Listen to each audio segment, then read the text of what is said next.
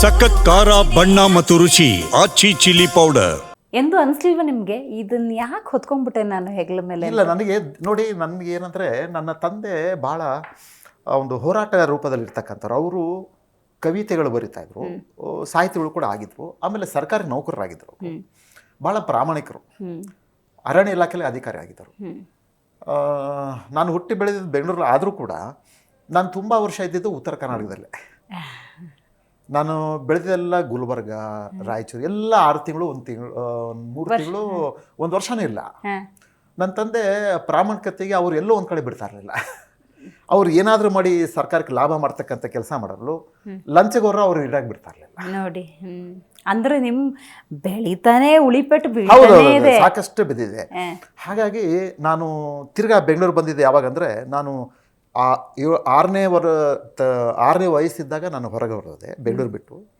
ತಿರ್ಗಾ ನಾನು ವಾಪಸ್ ಒಂದು 10 ವರ್ಷದಿದ್ದಾಗ, 10 ವರ್ಷ ಹುಡುಗ ಇದ್ದಾಗ ಅಲ್ಲಿ ತನಕ ಭಾಳಷ್ಟು ನೋಡಿದೆ. 4 ವರ್ಷ 5 ವರ್ಷ ಓಡಾಡಿದ್ರಿಂದ ಆ ಅನುಭವಗಳು ಬಂತು. ಕರ್ನಾಟಕದ ಬೇರೆ ಬೇರೆ ಜಿಲ್ಲೆಗಳು, ಬೇರೆ ಭಾಗದಲ್ಲೂ ನನಗೆಲ್ಲ ಬೆಳವಣಿಗೆಗೆ, ನನ್ನ ಒಂದು ಭಾಷೆಗೆ ಮತ್ತು ನನ್ನ ಜ್ಞಾನಗೆ ಅದು ನನಗೆ ಅನುಕೂಲ ಆಯಿತು. ಹೌದೌದೌದು.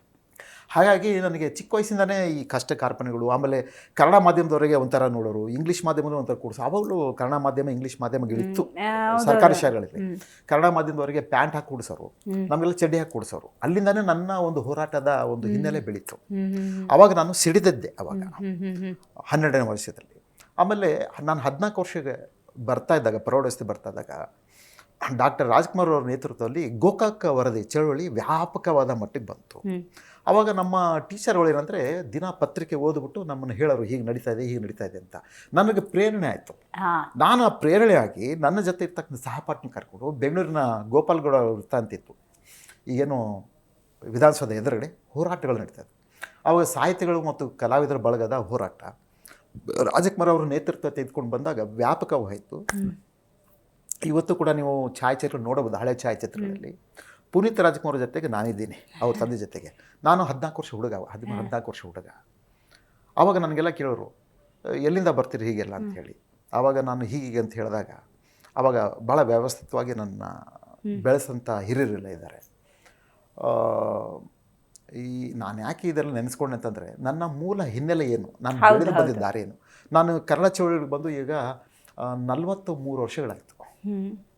1981-82ರಲ್ಲಿ ನಾನು ಬಂದಿದ್ದು ಗೋಕಾಕ್ ಚಳವಳಿ ಪ್ರವರ್ಧಮಾನಕ್ಕೆ ಬಂದಾಗ. ಇಷ್ಟು ವರ್ಷ ಹೇಗಾಯಿತು ಅಂತ ನನಗೂ ಗೊತ್ತಿಲ್ಲ. ಆದರೆ ನನಗೆ ಬರೀ ಹೋರಾಟ ಮಾಡಿ ಹೋರಾಟಗಾರನಾಗಿ ಗುರುತಿಸ್ಕೊಳ್ಳೋಕ್ಕಿಂತ ನಾನು ಈಗ ಕನ್ನಡ ಅನುಷ್ಠಾನ ಮಂಡಳಿ ಬೇರೆ ಬೇರೆ ಸಂಸ್ಥೆಗಳ ಅಧ್ಯಕ್ಷನಾಗಿದ್ದೇನೆ. ಆದರೆ ನಾನು ಶಾಶ್ವತ ಒಂದು ಕೆಲಸ ಮಾಡಬೇಕು, ಕನ್ನಡಿಗರಿಗೆ ಕೊಡಬೇಕಲ್ಲ ಅಂತ ನಾನು ಅಂದ್ಕೊಂಡಾಗ, ನಾವಂತೂ ಭಾಳ ಅನುಭವಿಸ್ಬಿಟ್ವಿ. ತಾಂತ್ರಿಕವಾಗಿ ವಿದ್ಯೆಗಳು ನಮ್ಗೆ ಇರಲಿಲ್ಲ. ಈ ITBT ನಮ್ಮ ಮಕ್ಕಳು, ನಮ್ಮ ಮುಂದಿನ ಪೀಳಿಗೆ, ಹಿಂದಿನ ಪೀಳಿಗೆ ಇದನ್ನು ಅನುಭವಿಸ್ಬಾರ್ದು. ಅದರಲ್ಲೂ ವಿಶೇಷವಾಗಿ ಕನ್ನಡ ಮಾಧ್ಯಮದಲ್ಲಿ ಎಷ್ಟು ಸಮಸ್ಯೆ ಇದೆ ನನಗೆ ಗೊತ್ತು. ನಾವು ಕನ್ನಡ ಮಾಧ್ಯಮ ಬಂದಿರೋರು. ಆಮೇಲೆ ಹಳ್ಳಿಗಾಡಿನ ಯುವಕ ಯುವತಿಯರು, ಸರ್ಕಾರಿ ಶಾಲೆಗಳು ಬರ್ತಕ್ಕಂಥ ಯುವಕರು ಸಾವಿರಾರು ಲಕ್ಷಾಂತರ ಹಣ ಕೊಟ್ಟು ಅವರು ಓದಿ ಆ ತಂತ್ರಜ್ಞಾನ ತೆಗೆದುಕೊಂಡು ಮಾರೋಕ್ಕಾಗಲ್ಲ. ಆವಾಗ ನಾವು ಇದನ್ನು ನೆನೆಸ್ಕೊಂಡಿದ್ದು ಏನಂತಾರೆ, ಇವೆಲ್ಲ ಇಂಥ ಒಂದು ಸಂಸ್ಥೆ ಮಾಡಿದ್ರೆ ನಾವು ಪೈಪೋಟಿಯಾಗಿ ITBT ಸಂಸ್ಥೆಗಳಿಗೆ ಕನ್ನಡದ ಮುಖೇನ, ಕನ್ನಡದ ಪರಿಭಾಷೆಗೆ ಮುಖೇನ ಆಂಗ್ಲದ ತಂತ್ರಾಂಶವನ್ನು ಅಳವಡಿಸಿ ಕನ್ನಡದ ಪರಿಭಾಷೆಗೆ ಮುಖಾಂತರ, ಆಂಗ್ಲ ಪರಿಭಾಷೆ ಮುಖಾಂತರ ನಾವು ಇವರಿಗೆ ಬದುಕು ಕೊಡೋಂಥ ಕೆಲಸ ಮಾಡೋಣ. ಕನ್ನಡದ ತಂತ್ರಾಂಶ ಅನುಷ್ಠಾನ ಮಾಡೋದು ಬೇರೆ, ಸರ್ಕಾರಕ್ಕೆ ಸಹಾಯ ಮಾಡೋದು ಬೇರೆ. ಈ ತಂತ್ರಾಂಶವನ್ನು ಆಂಗ್ಲದ ಮುಖಾಂತರ ಪರಿಭಾಷೆಗಳನ್ನ ಕನ್ನಡದಿಂದ ಹೇಳ್ಕೊಡತಕ್ಕಂಥ ವ್ಯವಸ್ಥೆ ಮಾಡಿದ್ರೆ ನಮ್ಮ ಯುವಕ ಯುವತಿಯರು ITBTಯಲ್ಲಿ ನೆಲೆಗೊಳ್ತಾರೆ ಅಂತ ನಾವು ಪರಿಕಲ್ಪನೆ ಮಾಡಿದಾಗ ಹುಟ್ಟಿದ್ದೇ ಈ ಒಂದು ಯೋಜನೆ. ಅದನ್ನು ನಾವು ಮಾಡಿದ್ವಿ.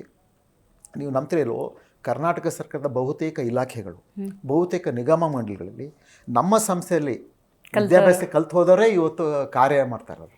ನಾನು ಇದನ್ನು ಹೆಮ್ಮೆ ಅನ್ನಬೇಕು, ನಿಮಗೆ ಕನ್ನಡದ ಮೇಲಿರೋ ಅಭಿಮಾನ ಅನ್ನಬೇಕು. ಈ ಕ್ಷೇತ್ರವನ್ನು ಆಯ್ಕೆ ಮಾಡ್ಕೊಂಡಿದ್ದಕ್ಕೆ ಬಹಳಷ್ಟು ಸಮಸ್ಯೆನ ಎದುರಿಸ್ತಿದ್ದೀರಿ ಅಂತ ಅನ್ಕೋಬೇಕು. ಹೆಂಗೆ ಇಲ್ಲ, ನನ್ನ ಇದರಿಂದ ನನ್ನ ಬದುಕಲ್ಲಿ ಭಾಳಷ್ಟು ಏರೋ ಬೀಳುಗಳಾಗಿದೆ. ನನ್ನ ವೈಯಕ್ತಿಕ ಬದುಕಲ್ಲಿ ಇವತ್ತು ಕೂಡ ನನ್ನ ಮನೆಯವರಿಗೆ, ನನ್ನ ಮಗಳಿಗೆ ನಾನು ಸರಿಯಾದ ಬದುಕು ಕೊಟ್ಟಿರಲ್ಲಪ್ಪ ಇವರಿಗೆ ನಿರಂತರವಾಗಿ ಅಂತ ಒಂದು ಖೇದ ಇದೆ.